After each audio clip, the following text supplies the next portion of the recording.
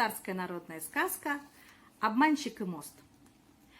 Давно это было, отправились Хасан и Гали искать себе работу.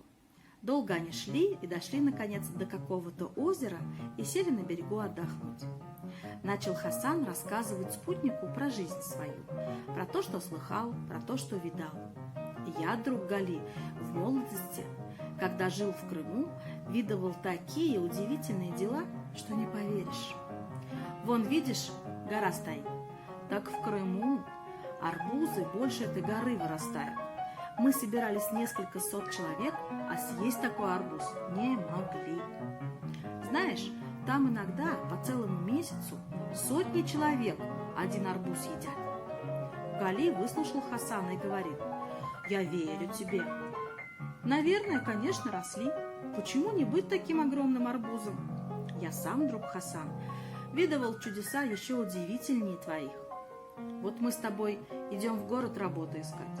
А перед тем городом мост есть диковинный.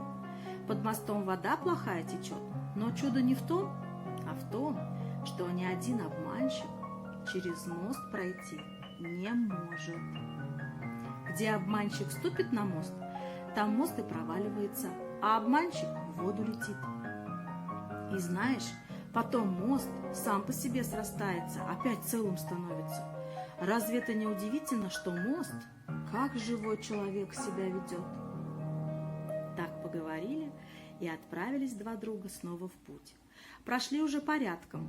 Хасан и спрашивает: «Друг Гали, а далеко еще до того моста, что ты рассказывал?» «Да нет», — отвечает Гали, — «не так уж и далеко, часа через 3 дойдем».